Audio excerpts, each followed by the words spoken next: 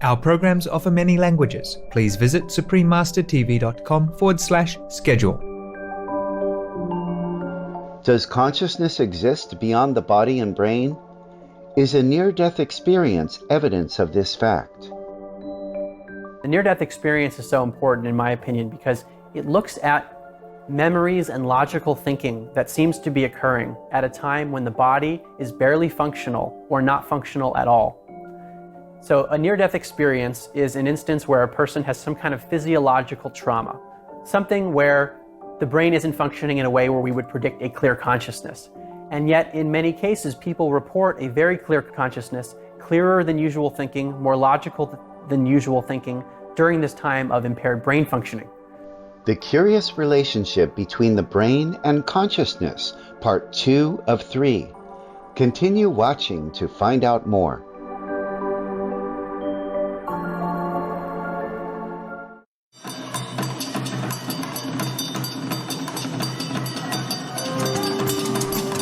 Greetings, loving viewers. It is our honor to have Ms. Matilda Zita present Part 2 of our 3-part series, The Curious Relationship Between the Brain and Consciousness.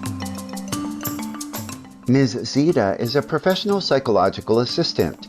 Since 2000, she has been working in the medical social sector, providing support for people who are limited in their daily activities. She is qualified to provide assistance to her clients in a wide range of situations, including during emergencies and while traveling. Through additional professional experience gained by attending workshops and helping with administrative work, Ms. Zita has mastered the skills required to help those in need. In her free time, Ms. Zita enjoys cooking, gardening, and drawing. Bonjour téléspectateurs judicieux, je suis Mathilde Zida de la bienveillante Atapamé au Togo. Le peuple vertueux de mon pays vous souhaite de toujours avoir le cœur en paix.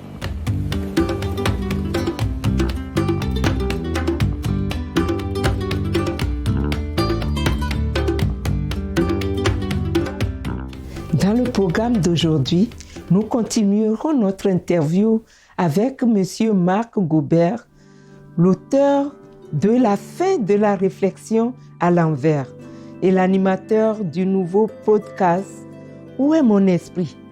Dans son étude, M. Gaubert a trouvé énormément de preuves scientifiques et d'anecdotes qui suggèrent que la conscience existe au-delà du cerveau. L'argument le plus convaincant vient peut-être des expériences de mort imminente.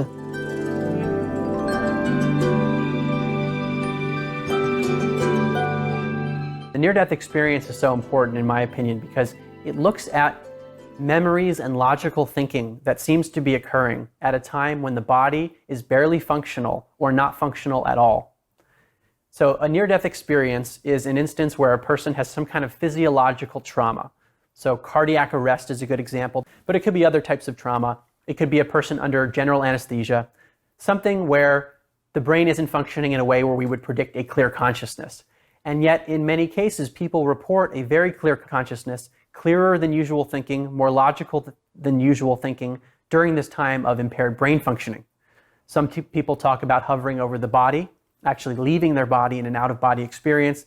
They sometimes see things in the room from the vantage point of being above their body that is verified as being accurate upon returning to the body, which is very compelling. It's indicating that the clear consciousness is occurring at the time they were physiologically impaired. So to give a quote from Dr. Bruce Grayson from the University of Virginia, this is from one of my interviews for my podcast. He says, we're left with this paradox that at a time when the brain isn't functioning, the mind is functioning better than ever. So what's suggested here in the near-death experience, based on many cases over the ages, and by the way, this is referred to in the Tibetan Book of the Dead, the Egyptian Book of the Dead. Plato talked about this.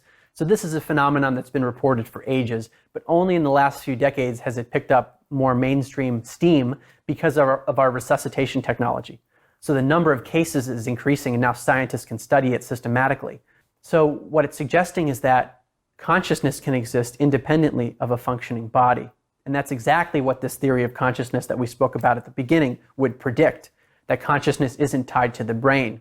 And what's even more interesting to me is the fact that thinking and experiencing seems to be enriched during this time of little or no brain functioning. So it matches with the idea that consciousness is actually limited or blocked by the brain. And when you get the brain out of the way, it exposes us to this much broader reality that's always been there. It's just that the brain actually has filtered it out.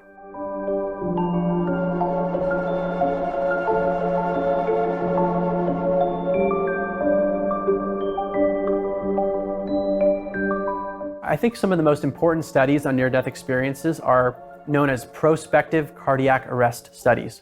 Medical doctors interviewed people who survived cardiac arrest soon after they were resuscitated. And they asked them, did you have any experiences? Do you have any memories? And in these studies, about 80% of people say they don't remember anything, but close to 20% talk about vivid memories that are characteristic of this typical near-death experience. Hovering over their bodies, experiencing unconditional love. Sometimes they experience beings. They'll call them mystical or religious beings, beings of light. Sometimes deceased relatives appear, and maybe if the person died looking a certain way, the deceased relative will appear as a younger age. So there are encounters with beings. There's also something known as a life review, where people re-experience their life in a flash, and they relive it not only from their own perspective, but from the perspective of each person they affected.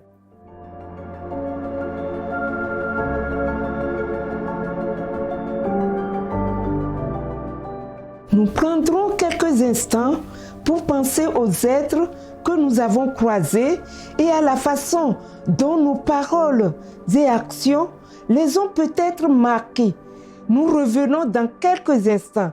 Alors, restez sur Supreme Master Television. Welcome back to the curious relationship between the brain and consciousness, part 2 of 3. Ms. Matilda Zita will now continue to present our interview with Mr. Mark Gober. Dans son podcast en anglais, Où est mon esprit?, M. Gober a interviewé de nombreuses personnes sur leurs expériences de mort imminente. One of my favorite interviews from my podcast, Where is My Mind, is with a man named Daniel Brinkley, who had 4 near-death experiences, and each time he had a life review. So in his case, it was particularly extreme because he fought in Vietnam, and he told me that he was vicious in combat. So during his life review, he had to relive the deaths of the people that he killed from their eyes. And not only that, he felt the indirect effect of his actions. He felt the pain of the child who no longer had a father because he had killed the father in combat. So what he experienced in the life review, just like many people who have had the experience, is that life, the purpose of our existence, at least in part, seems to be about this interconnectedness, about how we treat one another. And that's why in the near-death experience state, our consciousness is maybe released in a way so that we can view things from multiple lenses because we're interconnected as part of the same consciousness. And this is happening during a time of severe bodily impairment, brain impairment, that is telling us potentially something about the nature of reality.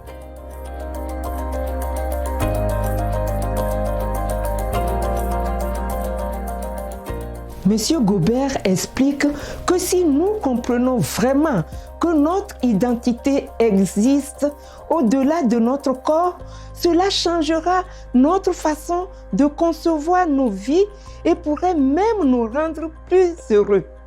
I think in part we can become happier if we really internalize the idea that our identity is not limited to our body. I think there is kind of a lingering fear of death that many people have, and I probably had it prior to my research, because I thought that the death of the body meant the end of consciousness, the end of memories, the end of life. Now I think there's just so much evidence that that's not true, that the consciousness exists beyond the body.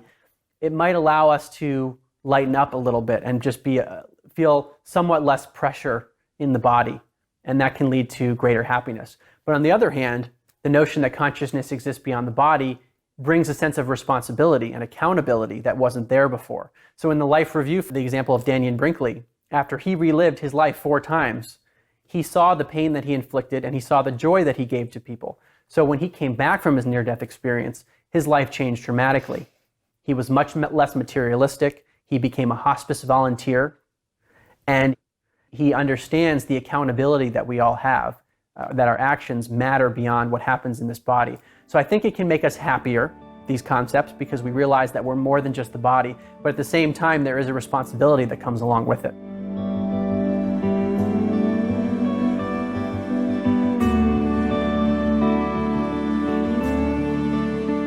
Monsieur Gobert espère que son livre aidera les gens à devenir davantage conscients que toute l'humanité est connectée. Il est persuadé qu'une telle compréhension aura un effet profond sur notre monde. We're interconnected as part of the same stream of water, meaning even though we're having individual experiences, it seems like we're separate. We're not actually separate at the most fundamental level. So when I look at the world's problems today, geopolitical problems, violence, interpersonal problems, many, if not all of those problems, seem to stem from the belief that we are finite beings who are fundamentally separate from one another. And that stems from the belief that the brain creates consciousness. So if the brain doesn't create consciousness, and if we are beyond our bodies, and if we are interconnected, then how might we treat one another? And that is, I think, the core solution, possibly, to many, if not all, of the world's problems. It's like the symptoms are violence, geopolitical problems, interpersonal problems, but the disease is the misunderstanding of reality, the belief that consciousness comes from the brain, and the belief that we are finite and separate beings.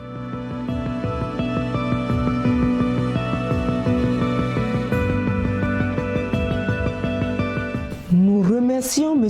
Marc Gobert d'avoir partagé ses réflexions sur l'interconnexion entre tous les êtres humains. Soyez bénis pour votre noble travail.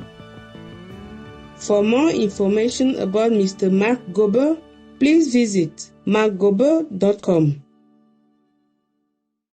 Téléspectateurs élevés, merci pour votre compagnie aujourd'hui. Rendez-vous le lundi 4 novembre pour le dernier épisode de cette série. Dans un instant, retrouvez le journal du Maître suprême Chin Hai. Les maîtres vivants peuvent libérer toutes les âmes rachetables. Première partie de 4 épisodes dans Entre maître et disciple, juste après les nouvelles déceptions. Avec l'immense grâce du divin, puissiez-vous cultiver chaque jour votre sagesse et votre compassion.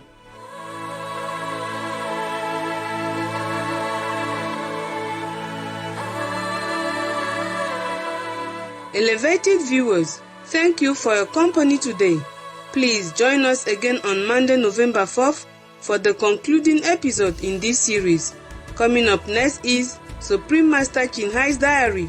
The Living Masters Can Liberate All Redeemable Souls, Part 1 of 4 on Between Master and Disciples. Right after noteworthy news. Through the immense grace of the divine, may you grow each day in wisdom and compassion.